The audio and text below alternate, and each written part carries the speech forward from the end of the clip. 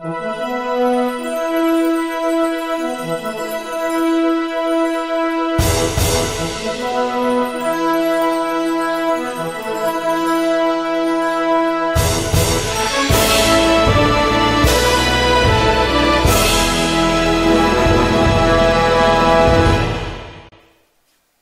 to Team White. Before you get to listen to Alex, Linda, Alfred Schaefer and myself discussing the events at Dresden in 2018 and the great stuff that happened there, I thought I would show you just a little bit of film footage of the actual bombing of Dresden in February 1945. And I wanted you to see the firebombing, how they tried to set the entire city alight and burn hundreds of thousands of Germans to death. But the Germans they're killing aren't men, aren't soldiers. They're busy killing the women and the children. So while I was getting some short pieces of film footage of the actual bombing of Dresden, I came across something interesting, and one thing led to another, and I made something of a discovery. In this film footage, which is British and also American, and take note of the secret film footage that comes from the American side, in this film footage, they talk about the so-called reasons for bombing Dresden. And they give all their various reasons, many of which may well be bogus, because they talk about the need for bombing Dresden. Some things, like the blowing up of trains and things, seem to have some validity, but that does not explain why they still need to burn all the women and children to death in a firestorm. And Lady Michelle Renouf, in her speech in which she was arrested in 2018, she said that the British wanted to burn 900,000 Germans to death in Dresden, and this would make it about 10 times bigger than the atomic bomb that was dropped on Hiroshima and Nagasaki. And yes, I'm aware that there are people who say there was no atomic bomb. And what Lady Michelle Renouf says is true, that they were trying to kill large numbers of German civilians. And the more I look at World War II and how it ended, the more I'm telling you that it is clear to me that the Germans were holding out and doing extremely well right up to the very end. Their whole setup only collapsed in about the last 2 or 3 months of the war. But right up until 1945, even in February, there were still German supermen at work packing punches, despite being incredibly outnumbered in every conceivable way, and their entire infrastructure being torn apart, because that is what you will also see in this film footage. They are destroying every piece of German infrastructure that they possibly can, even non-combatant stuff. They're doing everything they possibly can to break the Germans, including murdering women and children, because these Germans know what they are fighting for. They know what this is about. They are as determined as hell to hang in there and stay free to the last breath. Now, in this film footage, you're going to hear about how they blasted Dresden to atoms. They blasted it to bits. There was nothing left. And I want you to take special note of the vast quantity of incendiary bombs that they're dropping. It's more evident in the second piece of film footage from America. you'll see the incredible amount of incendiary stuff that they are dropping at a time, clustered close together. But in this film footage, you'll hear something really interesting. They'll start talking about a thing called scarecrow shells. And what a scarecrow shell is that you will see an enormous explosion. You'll just see in the night, high in the sky, you'll see an incredible explosion, really big explosions. But these are not explosions on the ground, these are explosions in the air. And in this film footage, you will hear the British and later the American commentator talking about scarecrow shells. And then the British commentator will say that scarecrow shells are yet another invention by Goebbels. And all of this is completely wrong. The channel owner who had this film footage up on his channel had a note in the video saying that you must look down in the description regarding scarecrow shells. And it turns out that he went and dug into the issue of what is a scarecrow shell. And it turns out that there is no such thing as a scarecrow shell, even though they are mentioning it in these newsreels from Britain and America. There's never been such an invention, and you can't find any reference to it. And so he goes on to say that it seems as though a scarecrow shell is actually an exploding bomber. It's a British bomber that is exploding in the air, and it seems to have all its bombs that are exploding all at once. And in the British film footage, they are telling you that a scarecrow shell is yet another terrible invention by Goebbels. But Goebbels had nothing to do with military stuff. Goebbels was the Minister of Propaganda. In other words, the Ministry of Truth, actually. So then the question becomes, why are these bombers exploding in the sky? And some people say that it might be a faulty fuse on a bomb, and this faulty fuse is causing the bomb to explode and explode inside the plane with all the other bombs also going off. But I find that hard to believe because there are just too many exploding planes. How is it that on this particular night that so many planes loaded with bombs are exploding while the bombs are in the planes? Because these planes would not be exploding like this if they weren't exploding due to their entire bomb load exploding. So while digging into this thing of these scarecrow shells, I came across another website where somebody was writing about bombs and explaining what this myth of the scarecrow shells is.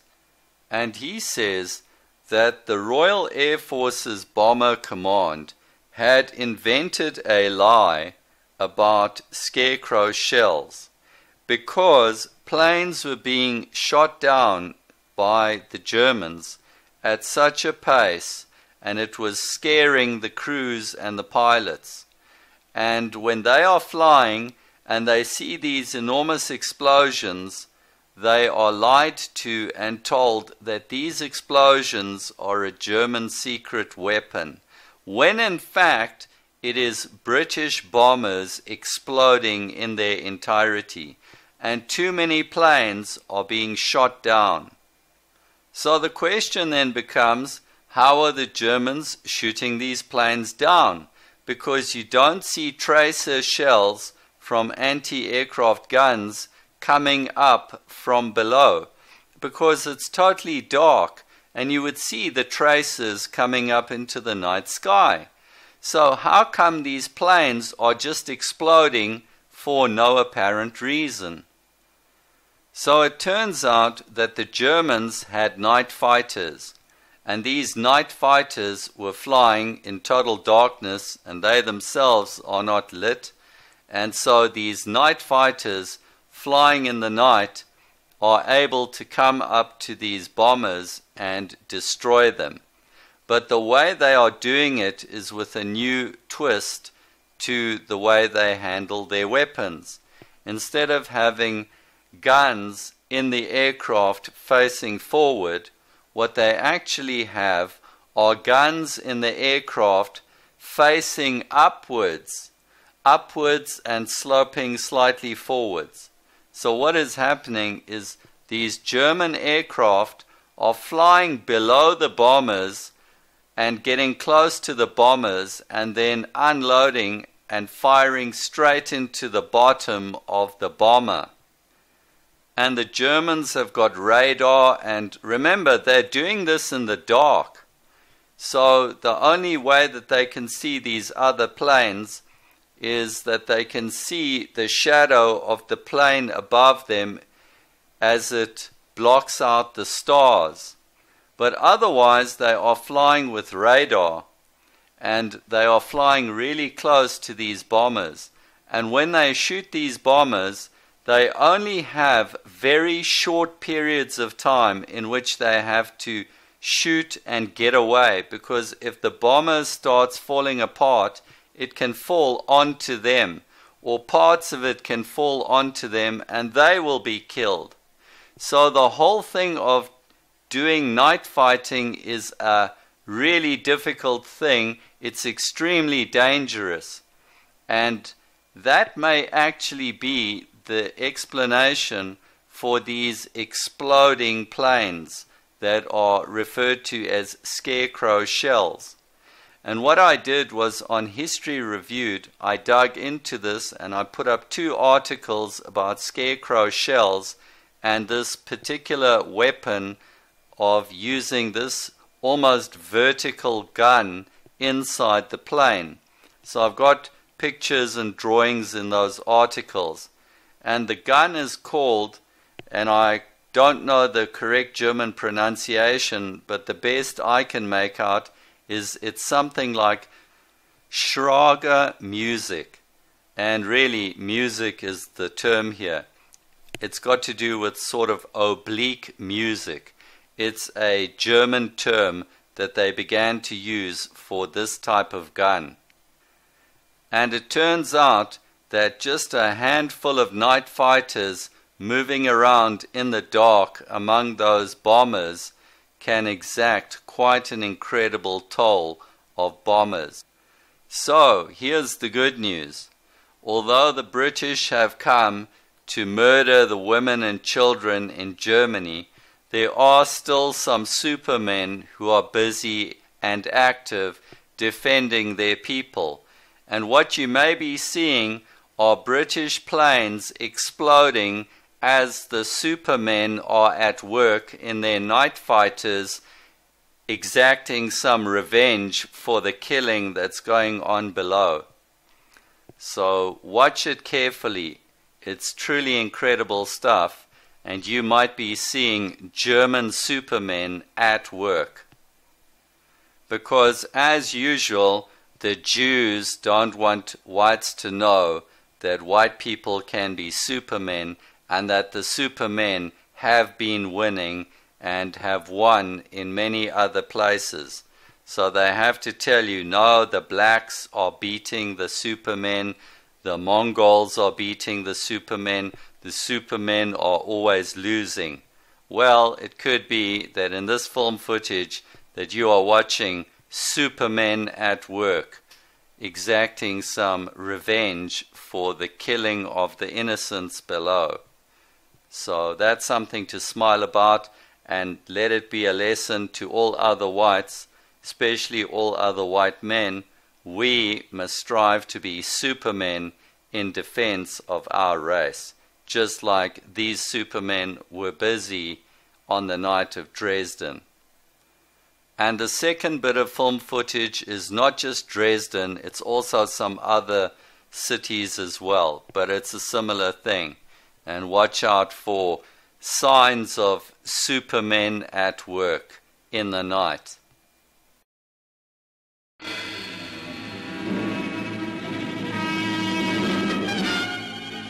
RAF heavy bombers assist Marshal Konyev's drive into the Reich. The target is Dresden. It was being used to pump German troops into counterattacks against the Russian army not many miles to the east. This strike put a stop to that. The night sky is pitted with aircraft, varicolored target markers, and the newest German attack device, a scarecrow designed to burst and look like a plane exploding after a direct hit. Static electrical discharge caused by intense cold mars these magnificent bombing shots.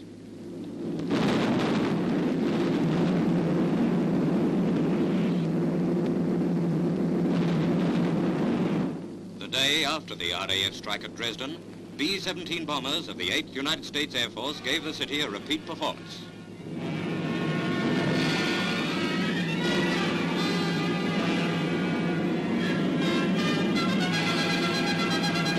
After these attacks, the German Overseas News Agency said, "This city, hitherto almost untouched, has been carpeted by heavy and super heavy high explosives and incendiaries. Dresden is a heap of ruins. It has been smashed to atoms."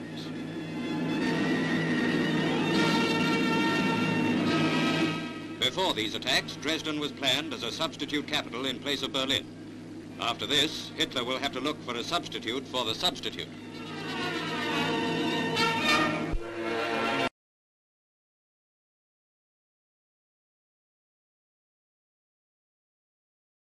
On 13th February at dusk, RAF Lancasters wing their way toward Dresden in a massive blow involving more than 800 heavy bombers.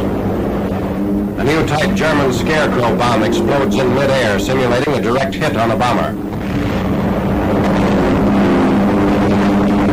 Pathfinder flares and incendiaries mark the immediate targets.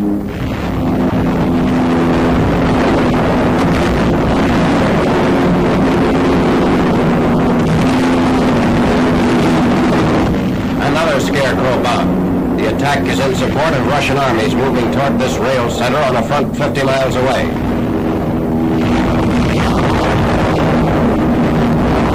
$2,650 tons of bombs are dropped during the night attack. 2 days later, AAF flying fortresses follow up with a second assault on this German communication center.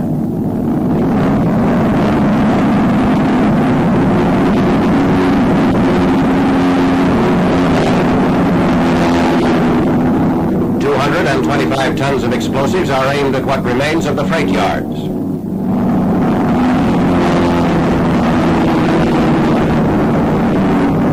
Prior to the war, Dresden was a city of 625,000 population. The double blow is estimated to have virtually destroyed the entire city.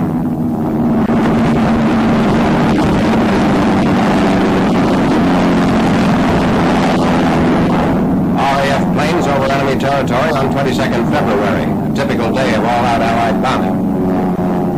The RAF bombs highways and viaducts.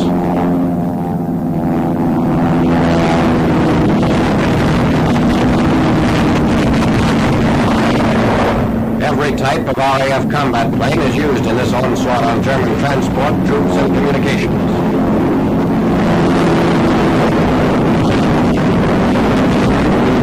1,900 heavy bombers from the 8th and 15th Air Force groups strike at rail targets.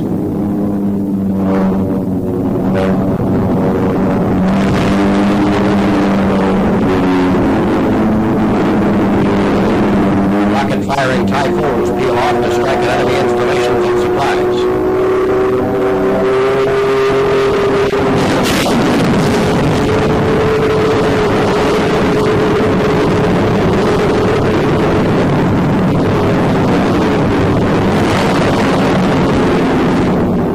More than 7,500 sorties are made, and more than 6,600 tons of explosives are dropped during this single day of all-out bombing and strafing. On 23rd February, the following night, the German industrial city of Pforzheim is hit by more than 400 RAF bombers.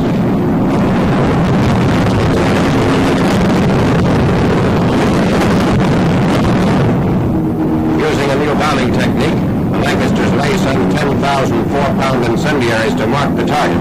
Then they top everything from 500 to 12,000 pound blockbusters.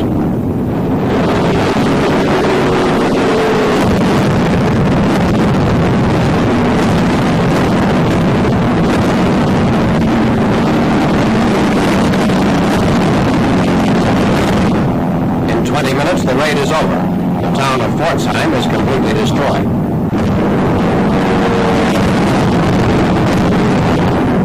On 2nd March, 700 Lancaster and Halifax bombers roar over Cologne to block roads and railroads leading across the Rhine and to destroy concentrations of German troops fleeing the city as the American First Army smashes into it.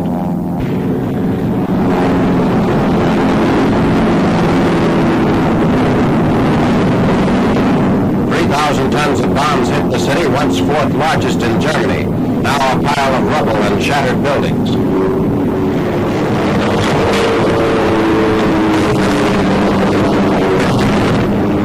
The German Scarecrow bomb demolishes a Lancaster.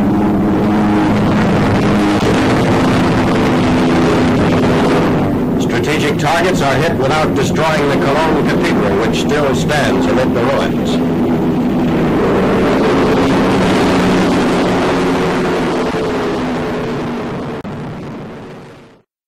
Hello and welcome to Team White. I'm Alex Linder. I'm here in the northeastern corner of Missouri where there's a lot of frozen rain around. And with me today, as always, we have Jan in warm, nice South Africa. And we also have, again, we have Alfred Schaefer back from southern Germany, where not just southern Germany, but Germany generally, where a lot of stuff has been going on. That's what we're going to talk about on this edition of Team White. We're going to talk a lot about what went on in Dresden, where the Allies heroically baked tens of thousands, if not hundreds of thousands, I don't know the actual number, of essentially innocent Germans. Very much the opposite of what Hitler did to the flower of British manhood at Dunkirk in letting them escape, just to contrast the treatment of the two different cultures. But let's get into that, and let's begin by hearing a firsthand report about what was going on. Every year they do a memorial for the people who were mass slaughtered at Dresden, and it became a huge thing. The left responded, the cops responded, they tried to shut it down. We know Lady Michelle Renouf was there, and I think she was arrested, but Alfred Schaefer was himself there, and he's going to give us some insight into what went on. Now, Alfred, what went on this year in 2018 up in Dresden? Okay, first of all, this is Alfred Schaefer in Germany, in the heart of a Holocaust country here. Gerd Ittner, who is a very courageous comrade of ours, he organized this despite everything, that all the burdens they try to put in his place, in his way, and he did manage to get this organized for us very successfully. And then we had a person who calls himself the Volkslehrer come out of the blue, basically. It was a person who had been red-pilled only several months ago. He was thrown out of his job as a school teacher because he spoke too much truth. And since then, he has found his real mission in life, and he put out some excellent videos asking people to come to this event and to inform themselves about what's going on, that we have to talk about a lot of things. So we had a lot of really high caliber people come together at this event, and then we didn't even get very far as the speakers goes, but then Lady Michelle Renouf was up there and gave a very powerful speech where she was explaining how the controlled British government wanted to baste. That's like what you do with a duck when you put it in the oven to cook it. Yeah. To baste 900,000 people in Dresden. That was their target. That was their goal. That was their stated mission goal. And they had to content themselves with about 500,000. Some people say 600,000, but at least 500,000 people got basted, cooked alive in the most gruesome way in this one city alone, because it was filled to the brim with refugees from the eastern regions that were being ethnically cleansed in the most horrific way. And the people in Dresden could not imagine in their wildest nightmares that anything could happen to them, because they knew they were just refugees, real refugees, not like the ones now that are flooding into our European countries that consist of young military-aged black and brown men. These were true refugees, women and children who were fleeing the raping hordes from the east and just trying to stay alive. And then it was wave after wave of bombs and to blow the place up and then incinerate it. So it was a real industrial scale. This was the real Holocaust. And then now they have basically made it illegal in Germany to question the official narrative of there having only been 25,000 evil Nazis that deserved to get killed in Dresden. In fact, I wanted to give you a little something that was so bizarre that happened last year. Last year, we also had an event there, and the day after that event, we went to it was a commemoration ceremony at one of the big graveyards in Dresden, and we listened as a Jewish rabbi was explaining to the people there. It was kind of a ceremony that the day after Dresden got firebombed, the Nazis went out and rounded up any Jews they could still find in Dresden to send them to their death in the concentration camps. Now, these Jews seem to have no limit to their insidious, wretched, sick way of trying to interpret things for us, so that even the zombies have to be able to see through this. And I'm just astounded that people are not, that people are not screaming and screaming for justice, screaming for something, and still sort of letting this happen to them. That's how zombified they are. But going back to Michelle Renouf, like as she was talking, she had pretty much reached the end of her speech when they killed the generator that we had for the sound system, and then they basically hauled her to into the police car, and then they came and they says this event has now been. They're going to examine if we have broken any of the hate speech regulations they have, and then they sort of a long process where they were analyzing what was being said, and we didn't know how this was going to continue. But basically, they did shut it down at that point. So, Alfred, was she the first of a number of speakers that were intended, or had our people already spoken before they got to her? Or no, there was actually it's a very good sort of like a folk musician who was doing sort of a singing and explaining things, thing. Very good, very good. And then the Russian guy who read a poem that he had composed, like a Russian-German guy. And then I think she was, I guess, about the third person or the fourth person to speak. So we only had about an hour and a half or so maximum of speaking time in sum total when this was shut down. And I have to say, in sum total, if you look at what this shutting down of the event has done for us, it has brought us priceless advertising coverage of what is going on worldwide, which we would not have gotten had they just let it unfold without interfering with it. So I can say once again, thanks, Jews. You're always doing a better job every time you touch us. Every time you touch us, you amplify our message. So just keep up the good work, Jews. Alfred, what was the scene like in terms of people on the pro side and the anti side and the cop side? Okay, the cop sides are instructed by their Jewish masters and they're kept as dumb as they possibly can keep them. So and then they probably all pick the ones that are, are left leaning or something, and too dumb to figure this out. So the cops are officially, of course, against us, but it's so blatant and the hypocrisy is so glaring that they're having a hard time I don't think they believe in what they're doing, that's for sure.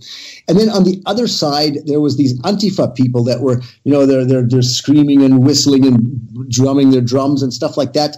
Now, if you can imagine, if these people are, well, either they're Jews or they're being misled by the Jews, how sick do you have to be interfering with an event that is supposed to be a memorial event for your civilians who were burned alive in 1945. And that rather than just let them mourn these dead people who were murdered this way, they are screaming and shouting profanities and like fuck off Nazis and all that kind of stuff. They are complete zombies. And my concern is always, how are these people going to cope with the reality as it inevitably reaches them?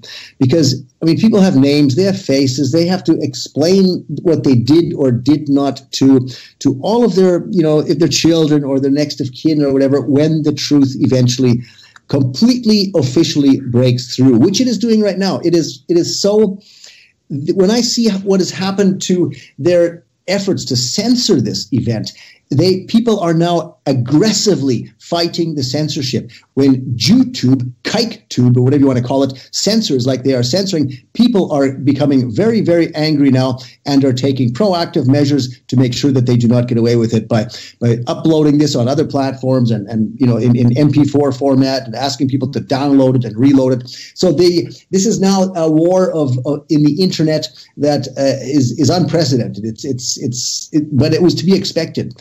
And people are just saying, if YouTube wants to continue, they are signing their own death warrant. We will abandon YouTube and all other organizations that that think that we are too stupid to figure this out, because we are not, and we are waking and we are becoming angry. And I tell you, like I say it again right now, if I were a Jew, I would come out today, not a single day later, with a white flag and start to say, okay, sorry, I don't want to be part of this insidious insanity. I have not done anything wrong. How can we help to get this rectified? Because we want to resolve this peacefully.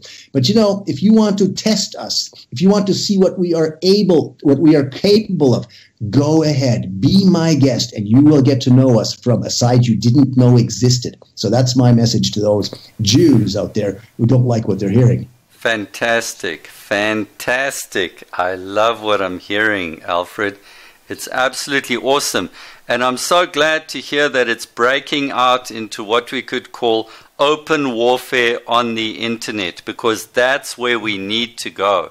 And I was also looking, this month they shut down 2 more PayPal accounts of mine, and they put up a big notice and they say, you're not allowed to trade on PayPal anymore. And I'm thinking, yeah, you're damn right. And I'm going to find other ways, and we won't be needing you in the future. I will do to PayPal what I did to YouTube. I'll find my own alternatives. And once the whites understand you need to fight back in the face of this publicity, this, my friend, is political warfare. This, I think, is what a guy like Rockwell had in mind. And this is exactly how they did it against us whites. Here in Africa, when they were creating revolutions, they came and stoked problems, saw to it that they created artificial problems, then put it in the media and hammered the whites everywhere on the planet. And it's time to give them some of their own medicine back. And they think that whites can't fight back. Well, you're about to see it. I want to just give you a little indication, a little symptom of the level of this, where we have it right now. Now, our Volkslehrer, who is very charismatic, who is a good speaker, and you'll see him standing beside Lady Michelle Renouf on all those pictures. Like there's him, there's Gerd Ittner, and then there's our Volkslehrer, Nikolai is his name, and he had. And he's always making updates, like little videos, and he's got the right knack for putting out just the right message. And then he says, okay, on Monday, it should be on Monday, but when I get my video of this event out there. Now, I was sitting in my living room on Monday, and it says, oh, it's up, and I looked at it, and it was about 11 o'clock, towards noon kind of thing on Monday. That was like 2 days after the event. And when I opened it up, it had about 2,000 views. And then about 10 or 15 minutes later, my wife walked by and says, and I just wanted to see if she wanted to watch it too. So I looked at the view count again. I refreshed it, and it went up in that 20 minutes. It went up by 1,000. So it went from 2,000 to 3,000 in those 20 minutes. And then my wife sat down with me and we watched the whole thing. And then it was 50 minutes long. And then at the end of the 50 minutes, I did a refresh and it was blocked. The counters were blocked. And then I phoned with Gerd Ittner, who was the organizer of this event, the next day, and I talked to him about that, and I says, did you by any chance see that video yet? And he says, yeah, I looked at it in the afternoon, and it was weird. There was no counters, and then for a while the counter was there again, and it was at 60,000. See, so they were trying to screw with the algorithms and so forth, and figured out how to dampen our enthusiasm and so forth by like putting let's say a brake on the counter. And then he said it came back later on, and it was at 17,000 or something like that. So you can see how they were in such a panic at the success, at the people were thirsting for what happened at this event. I mean, it's really hard for people to physically go out to an event like this. It's sort of like Charlottesville in the U.S. How many people can actually physically go to something like that who really want to go there, but it's just too far away, you know, they have to travel, and there's all kinds of problems, right? But the people out there are thirsting. They want to be there, but they can't. So the next best thing is to be right up to date with all the reporting on the event.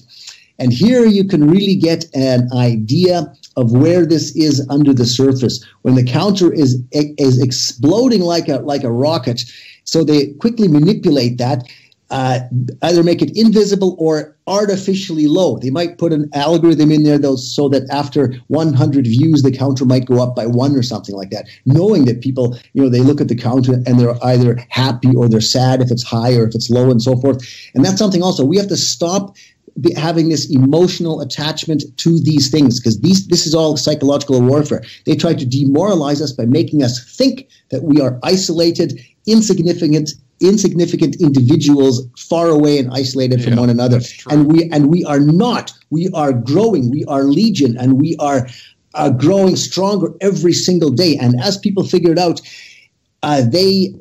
people who don't know yet, they won't even be taken seriously as human beings anymore. I mean, this is so blatant, so obvious.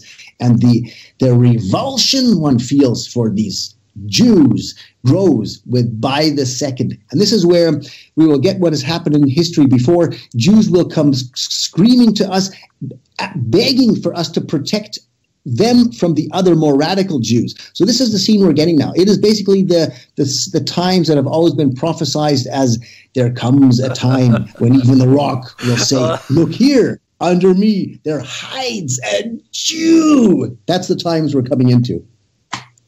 I'm spending too much time laughing. I wanted to interject there. Yeah, what you said, they play with, they can't sell anything under their own name, so they try to sell it under the name of science, and they start playing with objective analytics. For example, in the global warming stuff, there was an article I read yesterday that whichever the relevant scientific organization is just monkeying around with the actual temperatures in the winter. So even that is pure. And a second example, the NEA specifically trains teachers to tell any complaining parent, well, you're the only one who feels that way. Everyone else is perfectly happy with it. They don't want you to know how many other people have exactly the same fears that you do, because people are basically conformists, and they've studied this, and they find that they don't really trust, only a minority really trusts its own ability to perceive and stick to the truth. And they think, well, if this really was, I seem to see a problem, but surely if it was a problem, other people would be talking about it.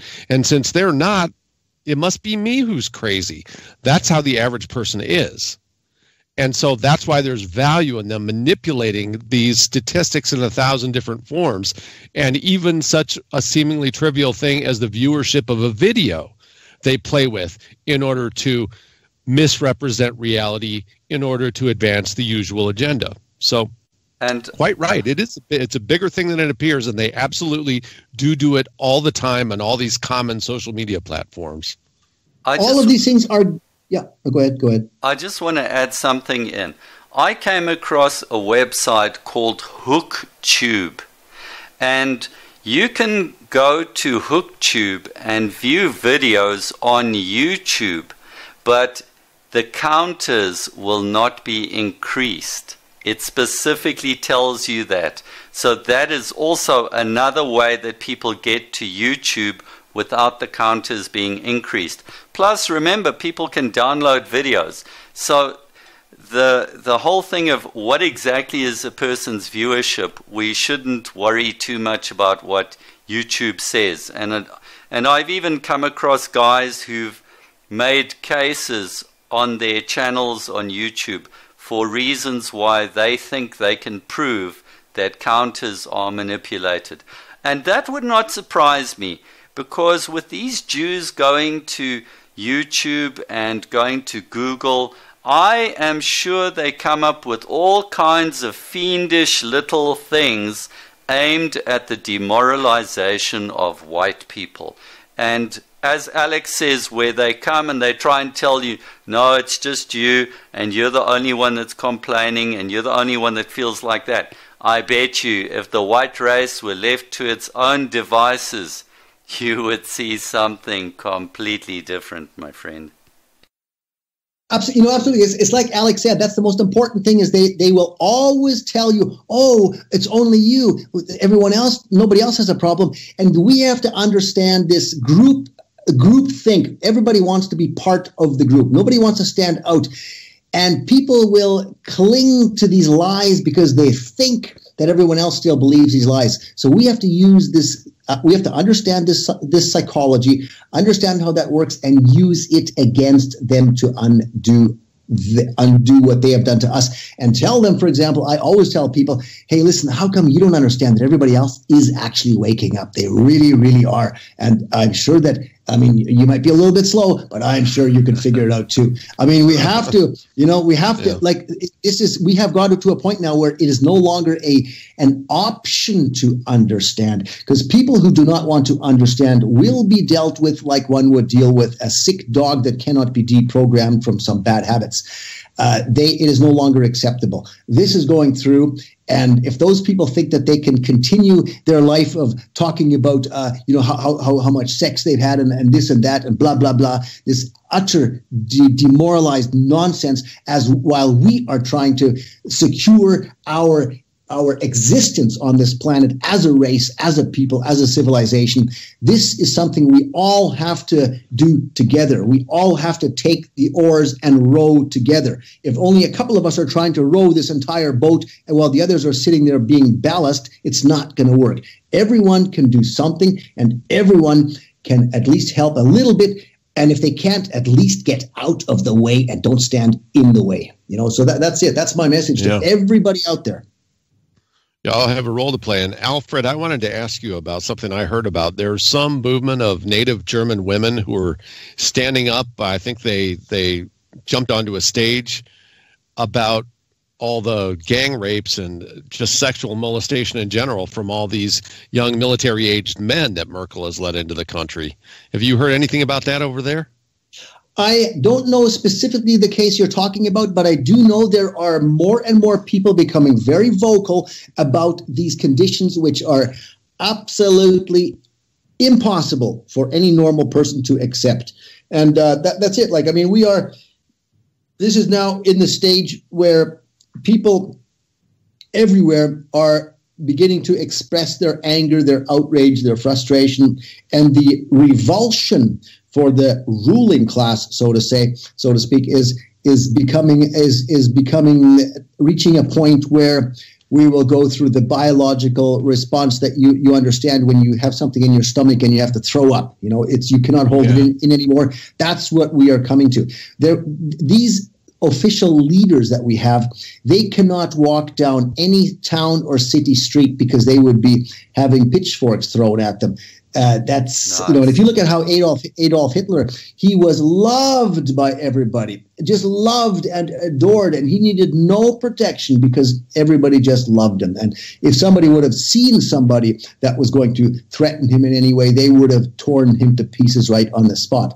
That's leadership. That when the people they follow someone because they trust them, they love them, they respect them, and the leader has integrity. And right now we have leadership that is so vile, so sick, so disgusting. and it is just revulsive.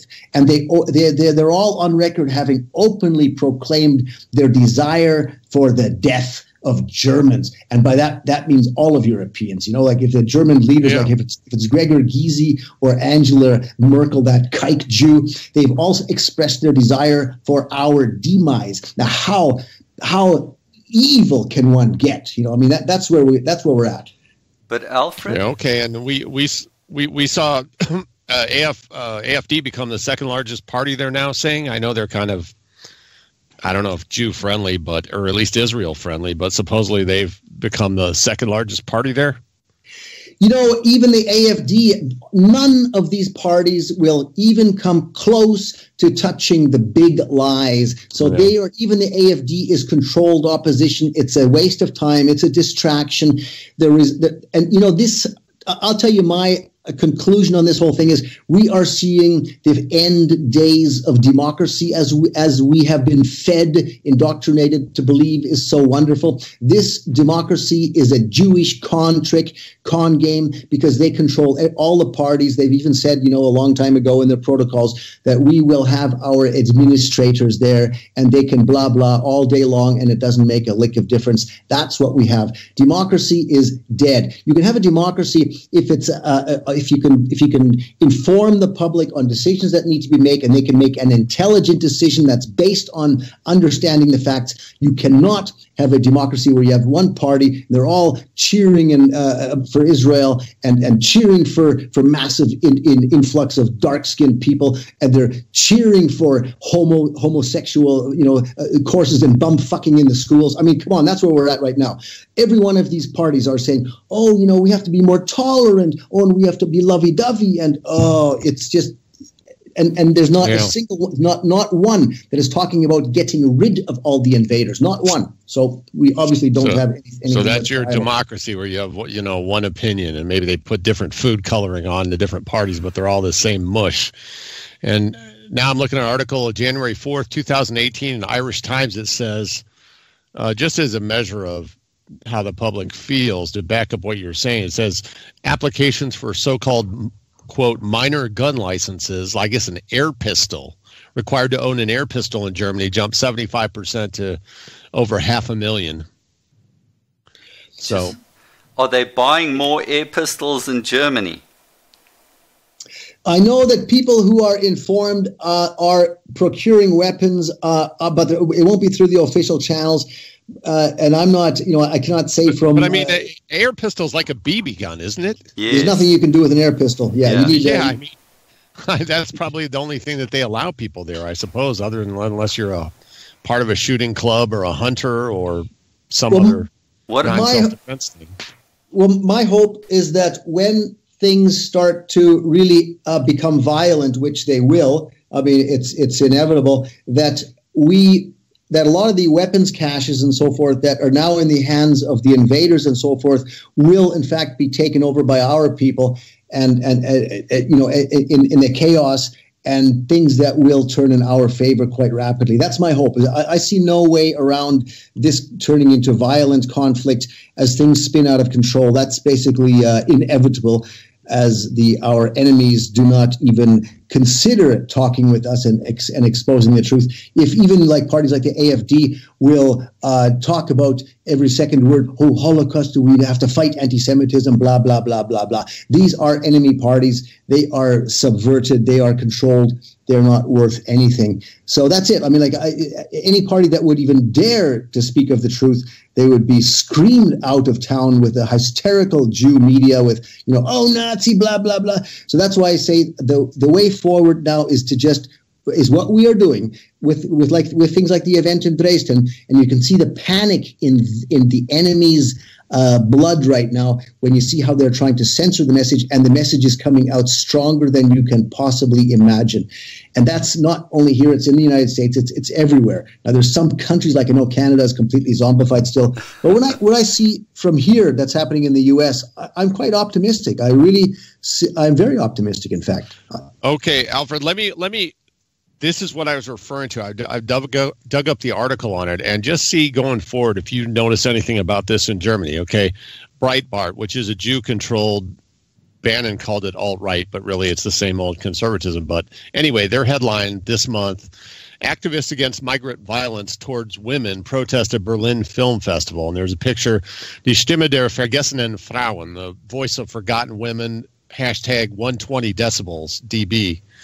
And so they jumped on the stage. Activists from the anti-migrant violence women's movement, 120 decibel, I guess that's the name of their group, stormed a panel on harassment and violence against women in the film and television industry at the Berlin Film Festival, holding a banner reading "The Voice of Forgotten Women." The female activists were promptly shouted at and labeled Nazis by the crowd at the panel, who chanted "Nazis out," while the women held their banner along with a sign showing a picture of a 11-year-old Stockholm terror victim, Ebba Ackerlund. A German broadcaster, Rundfunk Berlin-Brandenburg, reports. So you're seeing that more typically left-wing sort of public demonstration, and they're shouted down as Nazis. Now, I don't know to what extent they're racially aware what their politics are beyond that, but that's certainly an interesting, unusual sort of development. That's good news.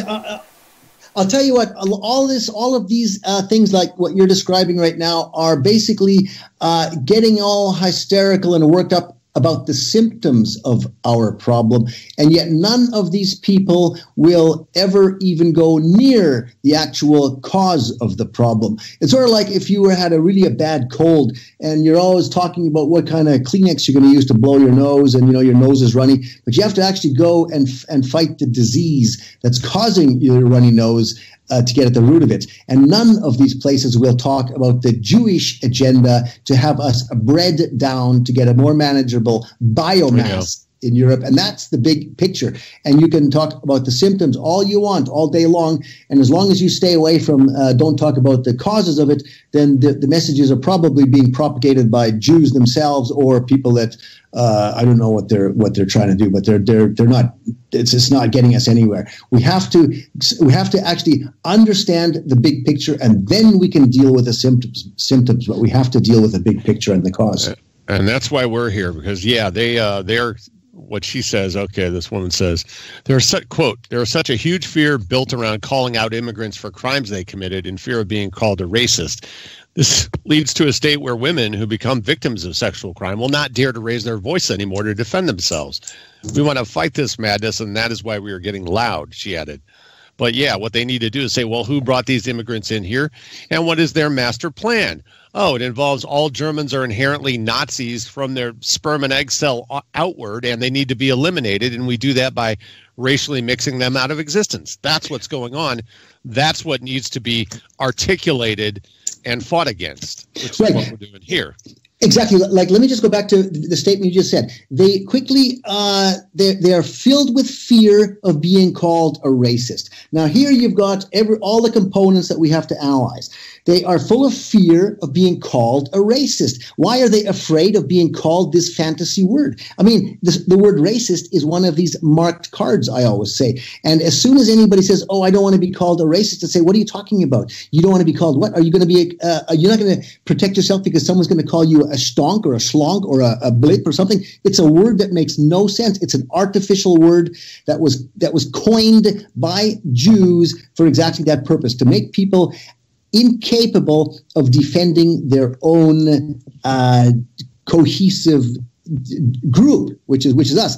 If somebody says, "I'm afraid I don't want to be called the racist," I say, "Why not? You should be proud to be called a racist, because you are then preserving. Because then you are doing something to preserve your race, and that is something to be proud of." So that's it. We as long as we bow or bend or play by the rules that they have made for us or against us, we cannot possibly win. And that's the whole thing there. That's why any article I see, any story I see, as soon as any of these words, the very first word comes, racist, Holocaust denier, blah, blah, blah, I turn it off and I say, put that garbage in the dustbin. Talk about the reality, and talk about we have to regain our common sense and our instincts. And to do that, we have to basically clean our minds completely clean of all of this terminology and overcome our fear. And then we can start to understand the problem and move ahead and get other people at the same level. That politician that you mentioned, Gregor or somebody. I seem Gregor to. Gysi? Gregor Gysi. He is a Jew. That's what I was going to mention Jew. to you. Wasn't he an East German Jew or something like that? Correct. He was an East German Jew, like most of them are, in fact. Yeah. Oh, communist. So communist Jews on top of it all. Ah, that Yes. sounds. Isn't there something in history where Adolf Hitler was talking about Jewish communism? Hey, so it's alive. See, and they never talk about gassing 6 million communists. You know, the communists were all Jews, and it was a war. But then they start whining and howling about the poor Jews, innocent Jews that got killed. I mean, like this terminology that they use is completely put our heads in such a bad condition that we are collectively in our societies all fit for the mental asylum until we overcome this terminology and begin to think again. Yeah, don't worry. That word racism, if they call you a racist, all that racist means is that we are standing together united. That's the only thing that scares the enemy, is they know that when whites are racist, it means that a French white will stand with an English white, will stand with an Italian white, and they'll present a common front. And that's what really scares them. Well, you're talking... It's a conceptual scam meant to prevent whites from recognizing and defending themselves, to somehow make it invalid to defend yourself. And it works because they've controlled the media high points, not because it's something actual in the real world that means anything. It is just a made up term to demonize white self-protection and self-defense, something that any animal needs. We have to realize that using our brains. See, when going back to Dresden, when I was at Dresden there, I met a lot of people from other countries, like a guy from Poland, for example, a guy from Russia, for example, a guy from France, and these people were all completely in sync with us. And they, for example, in Poland, they just want to strangle the Jews. They want to get their hands on these Jews and twist their neck around. The hatred, they are really, really primed right now. In fact, did you know that Poland passed a law that makes it that you can, if anybody blames the Poles for any of these so-called Nazi atrocities, that's against the law now? So they are already insulating themselves from this hollow hoax, you see? So now, it's all sort of being boiled down to just the rest of any dumb Germans that might still get on their knees from this hollow hoax. But, I mean, this is going so fast now, That's fast. Good. There's also a guy from Russia, from Moscow, so we had to have one of our Russian Germans translating everything for him. I mean, they are just itching for a showdown with the parasite. So I see that happening in all the countries, all the countries, especially the Eastern European ones. They have a good memory of what they have suffered under the machinations of the Jews in the past, and they just want to put an end to it. That's excellent. Alfred, I want to ask you a bit about your Dresden get-together. How many people roughly were there? Because it doesn't even matter if there were many, because when I went to the AWB gathering here in South Africa, there were like 120 people. But that doesn't matter because people are meeting people and the flame is being kept alive. How many people would you estimate were there? I would, this is just my estimate, which might be quite a ways off the mark, but I would say there's about 300 people on our side that was there. And then on the other side, our enemies, there was probably a similar number, I'd say. But now, this is what I always say when we talk about these numbers, is let's say there was 300 people there, like my guesstimate is on our side. But if the video about the event went up to, just this one video, went up to 60,000 in the first day, and then it was completely killed, and now it's on all different platforms, getting tens and tens of thousands of views, and Michel Renouf is in the international press. It is the same as if we had done that in a very huge soccer stadium that was filled to the brim with people. That's how many people are now informed, that are there with their mind, with their thoughts, because they are following the recordings of it on the internet. That's the people. That's how many people we actually had. Absolutely. Tens of thousands, hundreds Absolutely. of thousands. That's the whole thing. And because, Alfred, I understand how these things work. You know, you need a couple of brave people to go. And it's always just a small number who go. And here in South Africa, it's no different. But it's when other people watch them. George Lincoln Rockwell in America said that revolution is a spectator sport.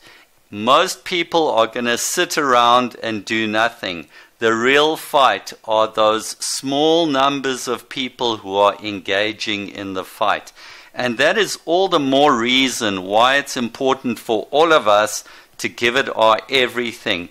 Because ultimately, a few hundred people could change the minds of millions of people. It's the small numbers that actually are the ones that are going to change everything. And every single Jewish communist revolution, which you've been told, oh, the masses were behind it, whether it was Russia or whether it was Zimbabwe, every single communist revolution was driven by a tiny handful of radicals. And whites need to realize that we need to function in the same way. Don't worry if there were 10 of you or 100 of you. It is the fact that there are just a couple of you and you are fighting for your point. Because the Jew knows that if those 10 or 100 people get their message across, that this could totally bring their whole world crashing down all around them real fast. Why do you think they're gunning after us even when we only have small followings, small websites? They don't wait for us to have 100 million people before they attack us. They attack us when we've got 100 supporters. They're already attacking us. So that should show you the Jew knows the game, and he knows this little fire can burn completely out of control.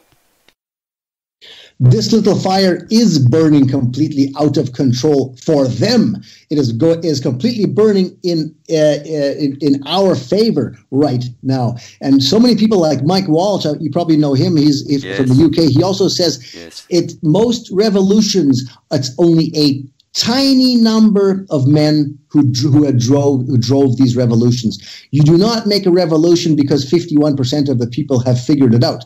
95% of the people will never get off their butts. They will sit on their couch, watch the thing go by, and they'll be rooting for you, but they won't do anything. And some of them, they can't do anything. But you can see by the comments underneath these things, you can see by the volumes of people looking for these things now, that the people are craving for something decent, something with integrity, something that makes sense. And the revulsion for those who call themselves our leaders is, like I said before, it is getting beyond the point where they can contain it any longer. So the game is over for the Jew. I mean, they thought, oh, they got it all wrapped up. They've got nothing wrapped up. In fact, it was because they thought they had us all stitched up that they became so arrogant and so careless, and then they got too greedy, and they wanted it and all these greedy little Jews wanted to be the ones who bring it to completion. And I say, to completion of what? Total world domination? No. A parasite can never dominate the host if it has to kill it to dominate it. And that's what the Jew, now that we're understanding that he actually wants to kill us now before we wake up and ask for our shekels back and think about what they've done to us in the past. In fact, the Jew has to kill us if he wants to survive. I mean, that's what Barbara Lerner-Specter was talking about when she said that Europe won't survive if it doesn't become multicultural, which is really saying in the twisted way that Jews always say things, is that the Jew will not survive if Europe does not become multicultural. So now we are resisting this drive to breed us down, and we will successfully resist the drive to breed us down, and we will successfully deal with the parasite in a just and fair way. That's for sure. Yeah. Now I want to ask you, Lady Renouf, when she gave her speech, did they arrest her at the end of the speech, or did they interrupt her speech and stop it? They interrupted it and stopped it. How far into her speech had she gone? How many minutes had she spoken? I think she spoke about 20 minutes, about 20 minutes or so, yeah. Can and she had you- basically, she said everything that, I mean, you know, like I said, she had said all the important stuff. She said it, and that's why they got so riled up. So, and like I said, and now they just amplified the message around the world by shutting her down. So that was a good work on their part, yeah. A nice own goal. That's all they could do. Now, just to get a bit of an idea, can you just give us a bit of a sketch of some of the things that she said, especially some of the things that she said just before they came and shut her up? So they literally interrupted her and dragged her away. So, because then it would be very interesting what she was saying at the point when they came to grab her, because they must have then said, okay, she's gone over the line. And that's exactly what we need to know. What the heck did she say at that point? What was her message? She had quoted, and it was either I think it was a book in her hands, or she was reading it from the back cover or something like that. And she was quoting the person from the British Air Force or something like that. I don't want to name any names because I don't have the specifics here, but if you listen to the speech, it's all in there. And she was saying how they wanted to baste 900,000 people in Dresden. That was their mission. That was their stated mission. We want to baste 900,000 Germans. And then she went on. She says, "What is a Holocaust? A Holocaust is an offering by fire. This was the Holocaust. The Germans got holocausted right here in Dresden. This was the Holocaust, you know." And she just went into quite detail on that, like pounded it in really well. And plus, this was also very important. Somebody had spray painted on this fence that was nearby something about "Good night, white pride." And she said, "Did you see that sign over there? It said, 'Good night, white pride.' I tell you, and I tell those Antifas back there who are screaming their heads off, no, it's not 'Good night, white pride.' It is 'Hello, white pride.' Come on, it's 'Hello, white pride.'" And that's the tone of her whole message. It was a fighting spirit. It was very articulate. And then I think, how did they do it when they shut it down? I think they stopped the generator, so the sound went down, and then then it started the shutdown procedure there. But she had said all the important things that she needed to say. And as far as the other speakers that did not get their turn, it's not that important. Like, I never got my turn either, and I said maybe that's good, because if I would have spoken there, I'm sure they would have just arrested me right there on the spot. So that saved me from getting arrested. And the other the other speakers, well, nothing can come close to the power that what Lady Michelle Renouf brought. And then having it shut down with her at the microphone, that is what we needed to really get this message out there. So it is worth it. It is worth, and all the other people that did, for example, Richard Edmonds and so forth. Now, he didn't get to talk, but he has sent his speech around. But that's okay. Just having been there was worth every penny, I'll tell you. Just having been there. Yeah. Now, Alfred, were you going to speak there yourself? Oh yeah, I was one of the speakers, but okay. I never got to speaking, and I didn't even have actually a specific speech prepared because I wanted to sort of play it by ear and see what the mood is like, and test the water, see what is good to say and what isn't. Is there anything you haven't said on the show so far that you would put out there now in relation to all that? Well, I would have. There's nothing I could have said that would have been as fitting and as proper as what Lady Michelle Renouf said.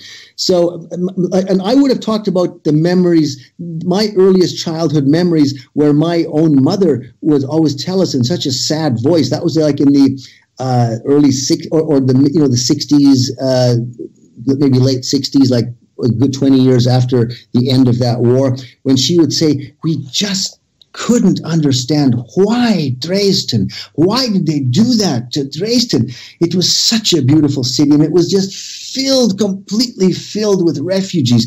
And she used to say that, and in such a heartfelt sad voice because she just couldn't make sense out of it.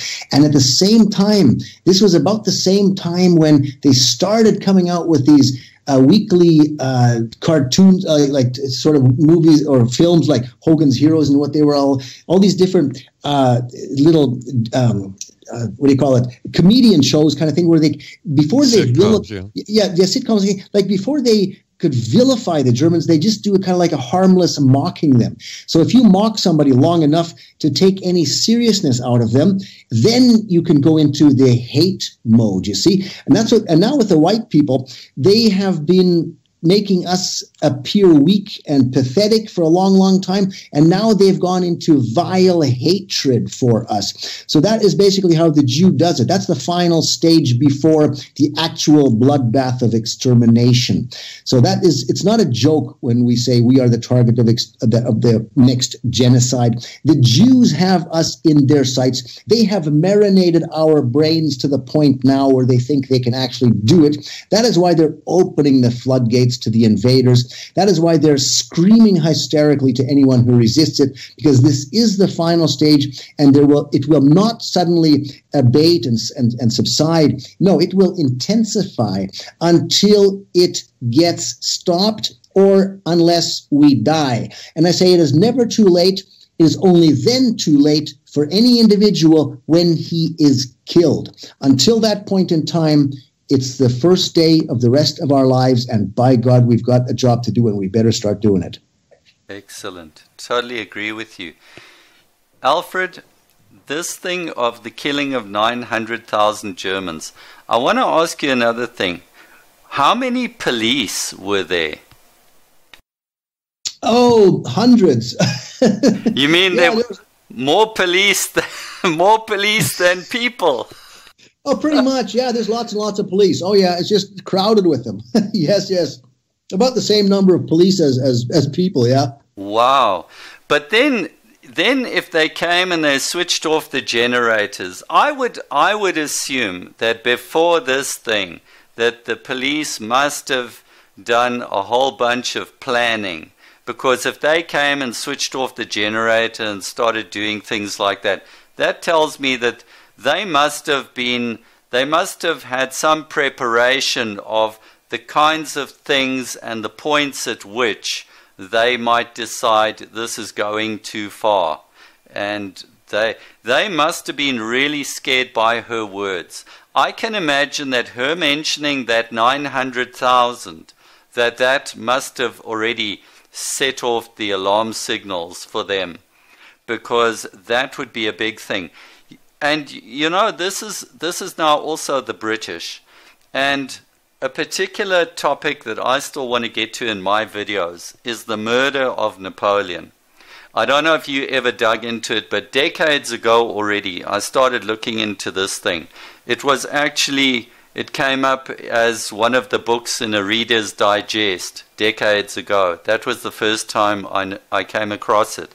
And it had to do with him being poisoned by arsenic, and then somebody actually doing tests on his actual hair and confirming that. And that thing is totally proven. But because the issue is that you can now prove that while in British custody, Napoleon was murdered, you now find, you won't believe, right up to the present day, they still gather together scientists. And these scientists come up and they come with all sorts of stories, because they cannot deny that he died of arsenic, because of arsenic poisoning, because the evidence is firm. It's totally firm. You cannot deny it. So what they do is they come and they now try and invent 101 other stories to try and say, oh, well, you know, he wasn't poisoned deliberately. It just happened to be that there was lots of arsenic in the paint on the plates he ate from. And then, of course, but the whole thing is, while they're busy with all their stories, they don't tell you why, if arsenic was so easily present in all the paint and everything, Why everybody else who was with him also didn't die? Why was he the only one who died? And I think that this stuff of bringing up the issue of Dresden, this thing must be scaring the hell out of the British government, because this could be something for a future war. And I think that people are now starting to get to the point where we are getting people to think correctly and developing the right emotions. And it's starting to scare them. That's why that to me would be the reason why they are freaking out over this. They want to keep that number low so that they hide the extent of the murder of German civilians. You know, let me just say something about this. And too many people who are sort of still intimidated to go the last step in identifying the parasite that is controlling all this. It is the reason why the British have to deal with their JQ is because otherwise they will be saddled and left with the blame for something that they really are not, I hate to say not responsible for, but it's like the Americans or like the Germans or like all of ours.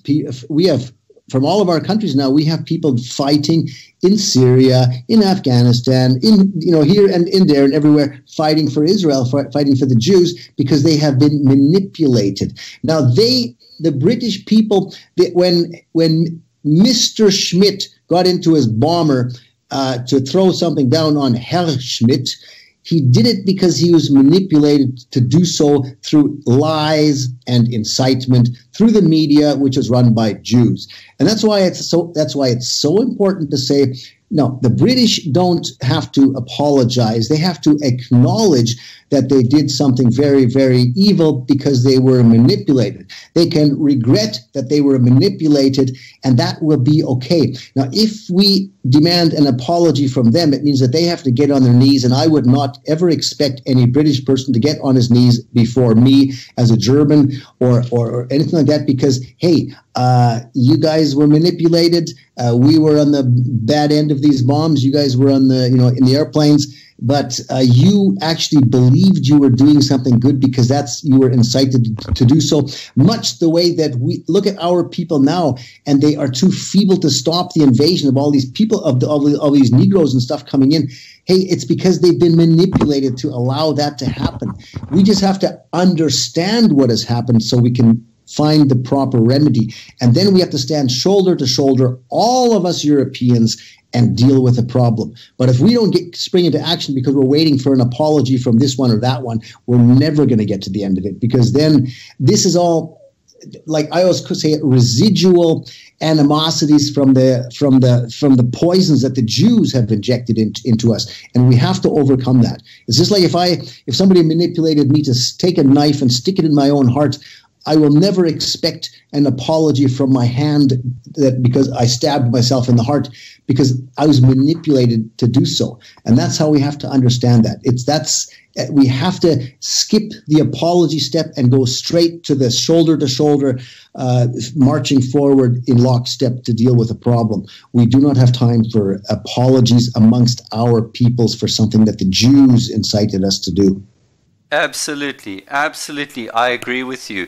None of us whites must sit and point fingers at each other, because all of us have done dumb things in different times in the past, and you can see the hand of the Jew. And in the case of the British, it's actually very clear. The British, if the British people go and study their history, they will see it's as clear as daylight. Winston Churchill was a total tool of the Jews, and all the hideous things that he tried to do. In fact, I published an article on History Reviewed last week about other attempts, other plans that Churchill had to kill millions of Germans, if not all of the Germans. And I don't know if you saw the article or if you've come across that stuff before, but it had to do with anthrax and poison gas and all those things. All of it is there. It's documented. I put this stuff on my website so that people can see it. You can follow the links, and it's known stuff. And one of the points that I came across, and also that an American friend of mine, the first guy who alerted me to Churchill's desire to slaughter Germans by the million, was that my American friend said to me that when Churchill asked his people, his commanders, and he said to them, let's drench the Ruhr Valley and all those cities in poison gas. Let's use anthrax across Germany.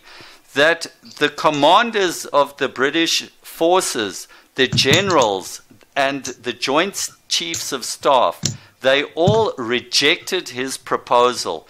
Even the generals and the commanders at the top were so outraged by this mass slaughter that Churchill was pushing for that they absolutely rejected it as an option. And so I think there are many things that can be pointed to where you can see that even the British reached their point of revulsion. And really, it's just Churchill and the lying Jews that manipulated everybody. And I did a video about how they lied to the Americans. They made the Americans hate the Germans, and it was all based on lies. Yeah, and they're still lying today. I mean, they would have to give up their entire self-conception. And yes, Churchill is absolutely the key. He is absolutely provably a sellout to the Jews. You can't say he did it unwittingly because of his 1919 article. He absolutely knew that Jews were the driving heart and real power behind communism, and that it was absolutely unworkable and impossible. He served them for money. He was the definition of a cuck and a sellout. And yet the mythology that this was the finest hour mythology. I just saw yesterday an article talking about Hitler basically said when a man's down, you don't put your foot on his throat. And he was talking about Dunkirk. And he now realized after he said this when he was shown pictures, I guess, of some of the horrible bombing of Hamburg, I think it was, and how the British responded to his magnanimity. And I often think that the real tragedy of Hitler was that he didn't take up, I think it was Hanfstengel's, his photographer's offer to take him to America or Britain, whichever it was. The guy was like half American, half German, I think. And if he had he had a respect for the British Empire and Anglo manliness that is not deserved. These people worship a cuck as the best man of the last 1,000 years. And that's Winston Churchill. And it's not just Britain, it's all America. He is the number one. Jews are still paying real non-Jews like Christopher Nolan to make movies promoting that mythology. Nolan made the movie Dunkirk, celebrating not German magnanimity and not ultimately crushing the best men Britain had to offer when they could have done it, but British heroism in resisting and boating their people back across the island. So huge change in mindset to go from seeing we are the heroic people who stood at the most desperate time, and in our finest hour we overcame the greatest evil the world has ever seen, to, we're just a bunch of cheap sellouts who served the evil Jew in destroying our own racial kind. That's actually, that is the reason why, whether it's on for people to come around to believing understanding the Holocaust stuff, or the big picture like you're painting it right now for the European history, is it's very, very hard for people to find the backbone, the strength to admit that they have been deceived on such a grand scale. And that's why I find people, like close people in my family and so forth, where they will grasp at straws so that they do not have to admit that they believed in lies. And that's how deeply these fake programs are entrenched in our brains. And yet there is no escape. We all have to come to understand that. We do, and what other way is there other than to explain, as you have and as we have explained to them, the actual facts? I don't know that there is any other way, and they just say, look, you can be wrong about something, and you're absolutely right. No apology is needed, but a factual understanding of reality and how it created the modern horrible situation we're in simply has to be understood so that we can move forward correctly. You see, there is no other way, and if it's hard, well, it still has to be done. There isn't any other way to do it. I'll tell you how the metaphor or the analogy I always like to use for that is that to go forward, we have to get the past correct, because otherwise it's the same as if you're lost in the city somewhere and you've got the wrong city map trying to find a location. You're never going to find it because you're on the wrong map.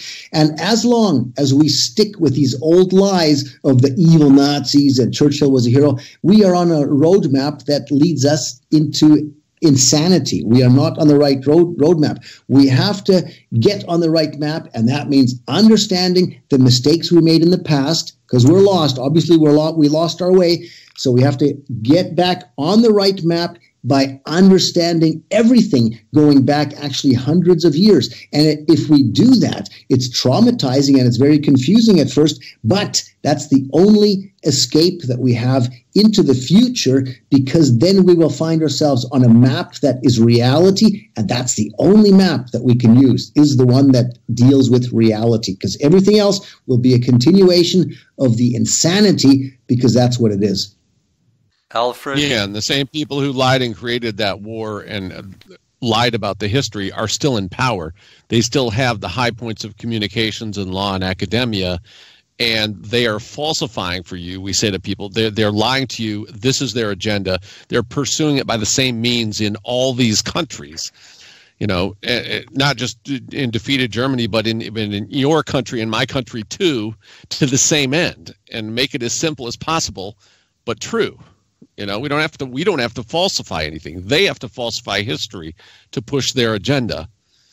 And you know, if they continue to do this, they will, I mean, you can see it now. You can see the writing on the wall. If their agenda, if we don't get off the false roadmap and continue and let them take us to where they want to go, I'll tell you exactly where it's going to take us. It will take us to a white genocide, and afterwards they will tell whatever biomass of people replace us, they will be fed with stories about, boy, you guys are so lucky we got rid of all those white supremacist Nazis, and you have us to thank for that. And there will not even be a memory of us left. They will completely eradicate us, even the memory of us. And that's what the Jews have been doing for so long, and we can only speculate as to what kind of great civilizations they have already eradicated completely, not leaving even so much as a trace. You know, that's where a lot of these myths come from too, where you don't know how much is truth and how much is, if you talk about Atlantis and all these other places. It would be just wonderful if we could get back to truth and have scientists and geologists and so forth who have integrity to really figure out our true history. But right now, we have got insanity governing us, and that's what we have to free ourselves from. You see, from my point of view, the current, what we call democracy, and if you see the clown show that is South Africa, it's just not even worth talking about. But when I look at how everything is a fake, and I always think of what Alex told me. Alex has said so many times, and I can't repeat it enough, where Alex says that politics is just a Jewish funhouse, that every single political party out there is a fake. Every one of them has been cucked. Not one of them, like you say in Germany, not one in Germany will stand up to the Jew. You'll see the same absolutely everywhere else, whether it's Canada, America, South Africa. You will not find a single political party that is able to name the Jew. And as far as I can see, these fake democracies and fake rulers that we live under, the next step for us people is racialism. Global racialism. We don't need to worship these fake countries that we live in. We are white people. We must bond together, and we must recreate our future for ourselves. And with regard to the Jew always, always, always sees to it that he's in with the powers that be. So when the masses with their pitchforks or their AK-47s or whatever it's going to be, come after the Jews, you will find that it will be all these presidents and these rich who will be seeing to it that the army and the police are protecting the Jews. And all that our cult leaders need to know is understand this. If you defend the Jew when we come after the Jew, you are going down with the Jew. Precisely. I like that. You got the exactly the right analysis for what needs to be done. That's precisely spot on. And they are a class. The ones who serve the Jews, they will meet the same fate as the Jew, and they have to understand that. A lot of them don't serve the Jew because almost all of them don't serve the Jew because they believe in the same thing, but because the Jew's the power that be, and they going along with him is what pays. Yeah, absolutely, Alex.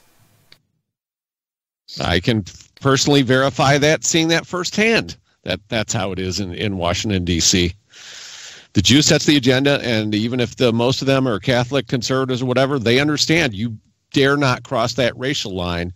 That's when we undercut you, and we don't give you any money from the foundations, and we call you Nazis in the other press, and we'll destroy you. And so they go along with stuff that is not conservative, even though they call themselves conservative. Say, conservatism has nothing to do with race or blood. Well, that's impossible intellectually.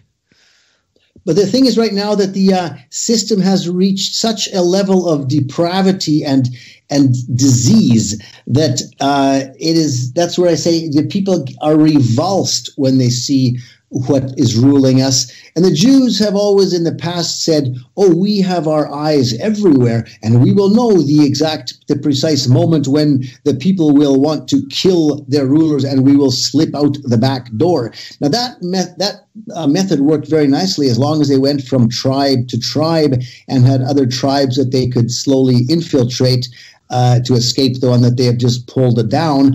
But now they have used that business model and used it particularly strongly on the entire West and also the other countries too, though. So now I don't know where they're going to go. They have to go to the Jupiter or someplace. It's a big. Yeah, and that'd be the step. But even there, the thing is now we have global technical infrastructure that obviously wasn't there before. And actually, the Jews of old used to communicate between the rabbis in their different countries, and they had a better communication network than just about anyone, better than even the king and people, and they used that to get rich, the Rothschilds and such. But now we can know from the ends of the earth exactly what's going on, so it's harder for them to slip into some new country.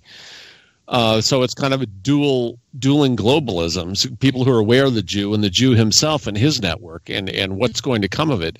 And on that front, just to mention American happenings, we've had people suing Twitter because it's not being a fair and sort of open platform, raising the question of whether it's a private company or whether it's a public platform that should be content neutral. And actually, it's less of a U.S. thing than a California-specific law that Jared Taylor and American Renaissance are suing under.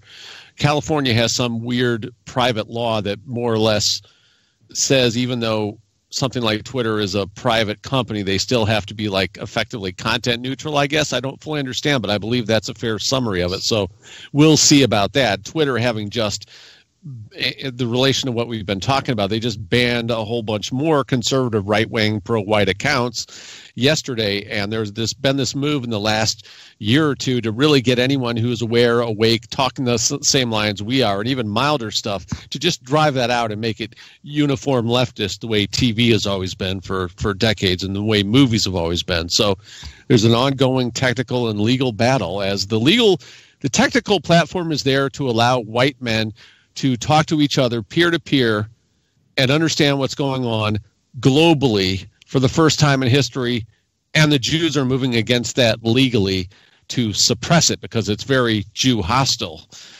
And they don't want people to know what they're doing, let alone be able to resist it. So that's kind of the update from America. If you look at the big picture here too, though, the Jews have stolen all this technology. They didn't invent any of that. They stole it all. Whether it's Facebook, whether it's there's very little that they actually invented themselves. They're always very movies too. Essentially, they took the technology for movies and they didn't want to pay any rights or anything. They ran out to California and created the movie industry. They didn't invent movie technology. No, they stole all that from Thomas Edison and people like that. And now they are, like you were saying, now they have moved their they see that they want to be able to monopolize all the communications now on the global level, and that is why what you're seeing now with this massive censorship. But now they have overstretched their game, they have overplayed their hand, and the resentment that's coming back down on them now is going to blow them right out of the water. That's why they're so their whole survival, as they perceive it, depends on their successfully snuffing out the truth. But now we know the truth; they cannot snuff us out, and that's what I was talking about before the Dresden event here. When I was seeing how the truth of that event got out there and how they tried to snuff it out. In fact, since I just go back to the day when they arrested my sister Monica, and everything that has happened since then is a massive and explosive acceleration in these processes. And that's where I say that Monica has been a real catalyzer to get this thing moving. As we look at all these different talk shows that I've been involved in and how they censor some of them right out, kill it from YouTube, kill it from here, and how people are now circumventing that. And people are now actually seeing that as their most sacred mission to get the truth out there. And no Jew, no hook-nosed, stinking parasite kike Jew can stop us from getting the truth out there. The more they try, the more ferocious we will fight. And we are many, and they are few. So I don't even care what they censor. If Twitter wants to censor it, good night, Twitter. All these places, they stole the technology. They do not have, they're not going to have that for 100 years. No, they're not going to have it for very, very much longer at all if they play these games with us. Because I can see that people, when they get, they get gagged, they get really pissed off. And then they start to, they spread their energy against that gagging company, and they will not stop until they see it go down. So that's what we're faced with. The Jew would be wise, like I said, to come out with a white flag, say you didn't really mean it, and then we'll talk, we'll negotiate a peaceful resolution to this. If you want to test it, test us, then that's probably the dumbest thing you can make, Jews. That's what I say about that. Well, I must say another thing on the topic of getting your shekels back. How many German submarines and all sorts of things have the Israelis got that need to be sent back to Germany? Not to mention the tens of billions of dollars or more that they have cheated you people out of. And even here in South Africa, some of my friends told me that years ago they knew Jews that were going to a place here in Johannesburg, Hillbrow, to get their Holocaust pensions, no doubt paid directly from Germany. So all of these lying, filthy Jews have been stealing money from Germany for decades and decades. And Alfred, didn't Sylvia Stoltz get sentenced for her speech in Switzerland? Yeah, she got sentenced, but she's appealing that. The one who can no longer appeal is Ursula Haverbeck, and she's basically waiting for them to come and pick her up or something like that. But I do believe that when the Jews, these slithery little stinking kikes, when they see whether the shitstorm that's happening right now, I'm not sure if they're going to really want to touch her. They might just want to just leave her be, leave her in her home, and pretend to have forgotten about this. I see it with me. I was supposed to appear at the police station on the actually a couple of days ago. And on the 21st, I was supposed to appear at Fürstenfeldbruck at the police station, and I wrote them a letter. It's public now. I've got it on Henry Hoffmeyer's website, and I explained to them because they see when I gave a speech at Bretzenheim in last November, and at the very end of the speech, I gave the Roman salute. And it says that I said throughout the world, people have seen through the lies. And they are acknowledging that by publicly giving the Roman salute. And I just raised my arm and smiled and brought it back down again, knowing full well that is breaking all the symbol laws in Germany. But I always say that if they have thought laws for this and thought laws for that, if you're going to break them, they're going to nail you no matter what you do. Break them all. Get your money's worth.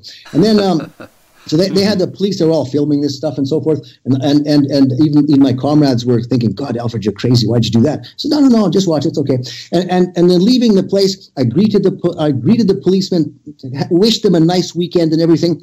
And nothing happened. You see, when if like they're so stunned by that, they were so in shock and awe, they didn't do anything. And then I just talked to them normally. Nothing happened. And then I broadcast that out into the world. I says, this is what I did. That's what I did. And nothing happened. And now they sort of thought they have to do something. And that's what they ordered me to the police station for a couple of days ago. Now, I didn't go there. And I talked to a few people here, and they says, no, don't go there. And under no circumstances go there. I wasn't intending to anyway. But then I sent them a nice letter, and this gave me a fantastic opportunity to bring out a story about my own dad, my own father, who was, in fact, in one of those death camps, and I could really bring out all that whole narrative again. It's a little bit like Dresden, you see. We have to use every opportunity we can to bring out all the details of what actually happened there. And I did that now, and I told them my speech was without any errors, and here's a link for the English translation, and you go to a National Socialist America website, and there's a translation of my speech there, including nice pictures of swastika flags and all that, left and right. So it's great. So I told them this is where you have to look. So they're going to look at that and say, who is this Alfred? What is he doing? And I tell them, well, the whole world is waking up, and I say, and anybody involved in trying to keep these lies going now, I mean, they've got names, they're all going to be exposed, so it's basically full force frontal attack, and nothing happens. You see, I don't think anything will happen. I'm not worried about it. That's how it goes. Well, Alfred, you're an extremely brave guy, and you're setting an excellent example. And Alex, wasn't there somebody in Italy who also set an example? Not quite in the same way. There was Luca Traini, who I guess took a car after a young Italian girl, maybe a teenager, got chopped up, murdered by Africans, and he just did a drive-by and shot a bunch of African aliens there in Italy. And he's gotten a fair amount of respect in terms of people writing graffiti on the walls and such, so we'll see how that goes going forward. I don't know a whole lot more than that. But essentially taking up arms to resist. That's good. The killing of Italy. I fully support that. Absolutely.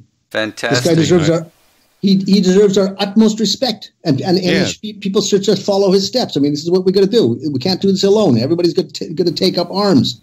Absolutely. Yeah, and unlike others, and maybe I don't hold anyone else to my position, I certainly support all verbal, but I also support violent resistance. I think we're long past the time we should have been violently resisting. In the U.S., which I can speak for better than Germany, I think when they murdered the constitutional right of free association, that's the point when the whites should have resorted to more than simply holding placards in the speech and should have just started killing people. So I think we're long past the point when violence is justified. Absolutely, Alex. Absolutely. And it's awesome to see a man defending the women. So that guy, really awesome. He sounds a lot like that guy here in South Africa. I forget his name now. The guy who ran amok in the 80s and he shot a whole bunch of blacks in the streets. And people told me that he used to be a policeman, and when he was a policeman in the 80s, he saw people, he came upon crime scenes, and this was under the days of apartheid already. He came across crime scenes where he saw that white people had been tortured to death by blacks, and he grew to have such a hatred for them. And believe it or not, Alex, he was a Christian. And one day he ran amok and he shot a whole bunch of blacks in the center of Pretoria. So that's a lot like that guy in Norway. But I think the Norwegian, we've got to hand it to the Viking. The Viking did it the best. He planned it all out and executed it better than pretty much any other person I've seen in terms of his kill per shot ratio. Absolutely. No, we got to hand it to the Norwegian Viking. He showed us the way, man. But it's awesome to see this guy in Italy as well. And I'm a fan of Dylan Roof. And just the other day, Alex, I got the address for Dylan Roof. I'm going to write him a letter. I've been meaning to write to him for a long time. Yeah, posted that sometime back. I'm not sure if it's the same. Probably it is the same address. He was asking for people to send him books, but basically if you do, you got to send it from like a publisher, and probably if you buy something at Amazon and send it to him, that would work. Any other way, probably they would hold up for bogus reasons, but you can't just send him a book yourself. It has to come from a publisher. I'm just saying. That's interesting. You're going back before when you're talking about the guy in South Africa who ran amok because he had seen images of white people being tortured. You see, the reason that we're not resisting more than we are is because we are being shielded from the realities. And in fact, the opposite is being projected out there about how awful and bad we are. And that's the whole thing, how the Jew does this, through advertising, through interpreting the realities around us for us, which are then no longer a reality, but a fairy tale. And once our people begin to understand the reality, which is now happening because we are presenting, we are doing, these kind of talk shows, and we're putting all that stuff out there on the internet. And that's what we need, our people to understand the reality, and then they will slowly grow the proper, healthy amount of hatred and energy they need to deal with the problem. I mean, if you just don't understand it, and then all of a sudden you're just going to be overthrown by a gang of Negroes or something, it's too late. But if you understand what's going on and can communicate this with your fellow tribesmen, then you can take precautionary and preventive measures. And that's the process we're seeing right now. We are understanding the picture, and this will inevitably lead to the next phase and the next phase and the next phase. And the final phase has got to be that we have got exclusive right to our territories once again. That's going to be the final objective. Absolutely. That's excellent and really well said. And that is probably a good place to wrap up for this week, unless you guys have something further to say. No, all is good. It was a great chat. Thank you very much, guys. All right. We want to thank all of you who are listening to Team White. And we've had, again, Jan in South Africa, Alfred in Germany, and me here in the United States, right smack dab in the middle. And we thank you for being with us today. And we'll be back with you again with more of our Tricontinental Report real soon.